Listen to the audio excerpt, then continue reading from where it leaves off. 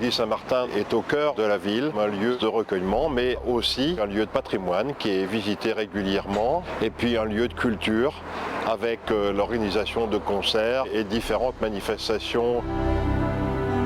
La paroisse en est l'affectataire et la ville de l'Aigle est propriétaire de cet édifice. En tant que propriétaire, on se doit d'entretenir au mieux son patrimoine. Nous avons un partenariat fort avec les organismes d'État, la DRAC, et puis la Fondation du patrimoine qui intervient à nos côtés. Et puis bien évidemment donc avec l'ADSM, l'association de l'église Saint-Martin en son quartier. Grâce à la générosité des Aiglons et des touristes, on a pu récolter 66 000 € via le partenariat avec la Fondation du patrimoine pour la restauration de la façade sud de l'église.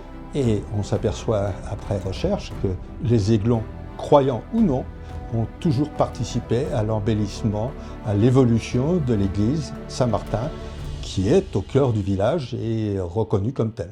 La restauration de l'église Saint-Martin a démarré par une étude de diagnostic qui permet de prendre connaissance du bâtiment dans son ensemble, de comprendre vraiment quelle est l'histoire et l'évolution de l'édifice au fil des siècles pour permettre d'organiser les différentes phases de chantier. À l'issue de cette étude diagnostique, après différentes discussions avec les services de l'État, nous avons établi une première opération de travaux qui concernait le bas-côté sud de l'église, mais on a identifié plusieurs autres zones de travaux qui seraient assez importantes, notamment le clocher de l'église dont les sculptures sont aujourd'hui très altérées et menacent de disparaître à très court terme. Aujourd'hui, nous sommes sur la partie la plus visible pour l'ensemble de la population. Sur cette opération, on avait 5 entreprises différentes. Le lot maçonnerie pierre de taille, qui s'occupait aussi des échafaudages. Un lot spécifique pour la sculpture, un lot de charpente, un lot de couverture et le lot du maître verrier. On intervient sur un bâtiment qui a traversé les âges, qui a subi beaucoup d'interventions, certaines qui ont pu faire du mal au bâtiment, d'autres qu'on va devoir suivre et compléter. On est uniquement à un moment de la vie du bâtiment et il faut que notre intervention ne se devine pas, qu'elle soit respectueuse du projet initial, de l'état le mieux renseigné d'origine du bâtiment et surtout le respect des matériaux. C'est-à-dire qu'on ne va utiliser sur des restaurations comme celle-ci que des matériaux qui auraient pu être mis en œuvre ou qui ont été mis en œuvre à l'époque. Par exemple, la pierre qui est sur les parements de l'église n'est plus extraite aujourd'hui. Donc on va chercher des pierres de substitution qui vont présenter les mêmes caractéristiques pétrochimiques que les pierres d'origine, ce qui va nous permettre de poser quelque chose qui s'en approche le plus, qu'on aura la même dureté, la même porosité. Et ensuite on n'utilise évidemment que de la chaux et du sable, aucun additif, aucun ciment, aucun produit qui n'existait pas à l'époque. Et de préférence des sables locaux pour aussi respecter dans les teintes des joints la couleur qui a pu être celle d'origine. Et la pierre utilisée à l'Aigle, c'est une pierre très fragile, assez crayeuse et tendre, qui a beaucoup souffert de la pollution, des griffures des pigeons et qui nécessitait des précautions particulières pour le nettoyage. Donc on a utilisé des techniques croisées. Bon, tout d'abord, il y a l'élimination des mousses, on utilise pour ça des traitements biocides qui tuent les micro-organismes. Et ensuite, on a utilisé des techniques manuelles douces à la brosse ou au scalpel pour éliminer les mousses, mais pour tout ce qui est pollution, on a utilisé la micro-abrasion. C'est du sablage, mais très fin. Mais la craie étant très fragile, on a été obligé d'utiliser aussi le nettoyage laser. Donc il va agir que sur les crottes noires et il ne va pas toucher à la pierre. C'est ce qui fait que le nettoyage laser est si fin et si sélectif. Et on a réussi à conserver ces sculptures qui étaient vraiment dans un très mauvais état. Le tailleur de pierre il va intervenir sur tout ce qui est géométrique. Dès qu'on sort de la géométrie, c'est le sculpteur qui intervient. Donc par exemple, si vous voyez les pilastres sur les côtés, nous on intervient sur la partie basse. Et ensuite on laisse la main au sculpteur jusqu'au sommet des chapiteaux. Par contre, toutes les corniches, c'est nous qui les traitons.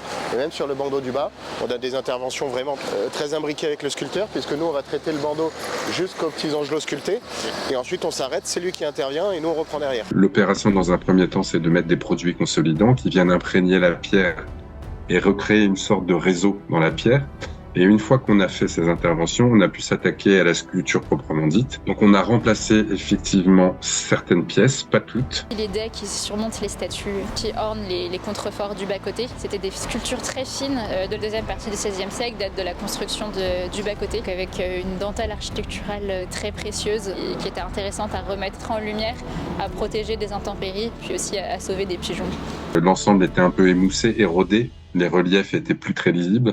Donc en fait, le fait de faire des greffes neuves, ça posait un peu des problèmes de lisibilité. On pouvait pas non plus tout remplacer, donc on remplace seulement certaines parties afin de rendre la lisibilité à l'architecture dans son ensemble. On a dû réaliser une quarantaine de greffes. On a refait des petites colonnes, des petits chapiteaux. C'est l'entreprise Lefebvre qui nous a fourni les pierres, qui nous les a posées et qui a fait ce qu'on appelle l'épanelage. En fait, ça consiste à sortir les formes géométriques un peu globales des ouvrages et ensuite seulement le sculpteur intervient et commence le travail de sculpture proprement dit. On fait des modèles en terre, en argile.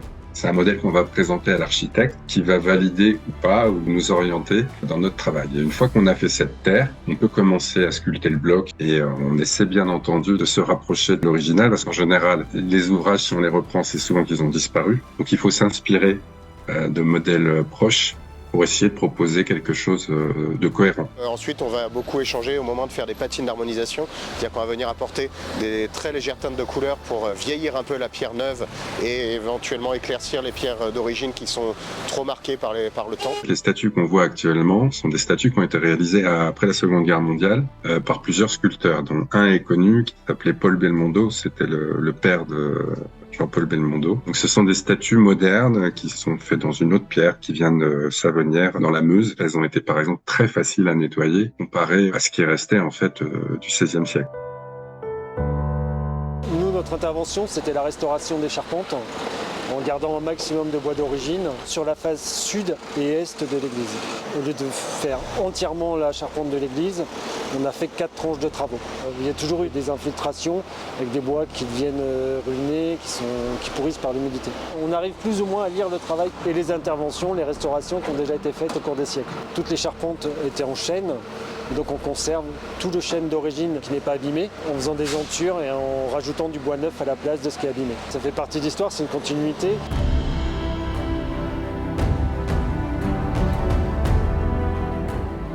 On a réalisé une toiture en ardoise naturelle qui vient du Pays de Galles. On est sur une pose brouillée à pureau décroissant. L'ardoise est posée au clou de cuivre. Donc après, toutes les évacuations des eaux pluviales sont en cuivre. Et puis pour terminer, on a réalisé un épi en plomb qui fait environ 1,60 m. L'épi de fêtage n'existait plus. Son objectif, c'est d'abord d'assurer l'étanchéité. On est à l'intersection entre 3 pans de couverture, d'où l'intérêt de rajouter un élément qui vienne protéger cette partie sensible de l'édifice. C'est permis de redessiner un épi, une création contemporaine, mais d'un épi qui reprend les codes du XVIe siècle. Sur les ornementations, on a représenté plusieurs fois un aigle bicéphale, donc qui est l'emblème de la ville de l'Aigle. Alors il y a plusieurs entrelacs, des feuilles de Corinthe aussi qui viennent englober des sphères. Il y a environ un peu plus de 200 heures de travail dessus. C'est du façonnage en atelier avec des moules. Pour des raisons techniques, il a été conçu en 4 morceaux qui sont ensuite assemblés et soudés au sommet.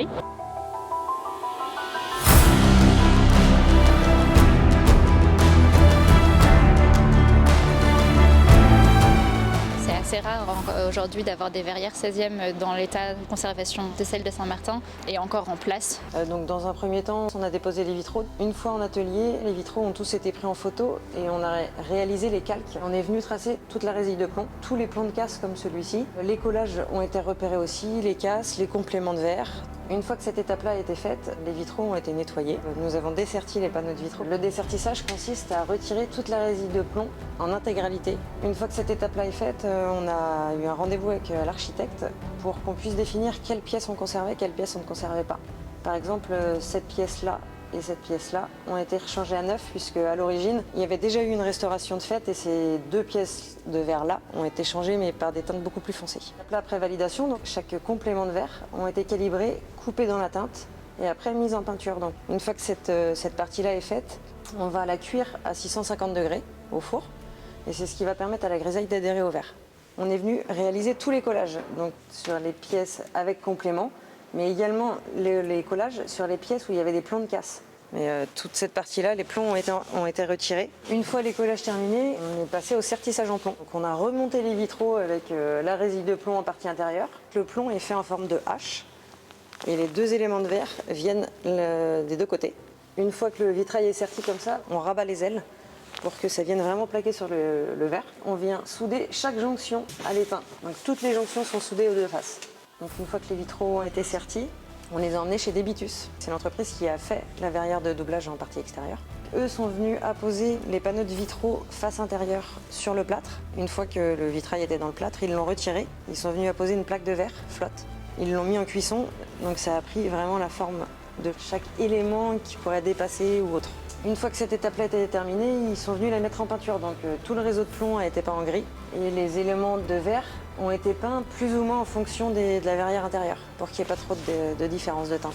On a récupéré les vitraux, on a fait les retouches à froid. Par exemple ici il y avait une casse, on vient faire des repeints à froid dessus pour qu'elles deviennent invisibles. Une fois cette étape terminée, on a réalisé les châssis laitons tout autour de chaque vitraux avec la soudure de la vergette sur le châssis et après la fermeture des attaches. Après du coup on est revenu sur site. Donc dans un premier temps on a posé la verrière de doublage parce que c'est elle qui est calfeutrée intérieur et extérieur pour l'étanchéité. Une fois cette verrière terminée, nettoyage puisqu'il faut que ce soit propre entre les deux verrières, on est venu poser du coup nos vitraux en châssis. Une fois cette étape terminée, on a réalisé le calfeutrement à la chaux. Donc on a calfeutré mais vraiment à fleur des châssis laitons. Et pour finir, on a mis en place des bavettes en plomb pour évacuer les eaux de condensation.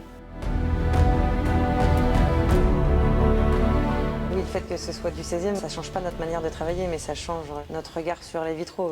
À partir du moment où c'est daté depuis plusieurs centaines d'années, ça nous touche forcément plus. Aujourd'hui, c'est quand même une certaine fierté d'arriver à la fin de cette tranche de travaux. Les retrouvés sont cachés d'antan. On doit féliciter les entreprises qui ont fait donc un excellent travail de rénovation.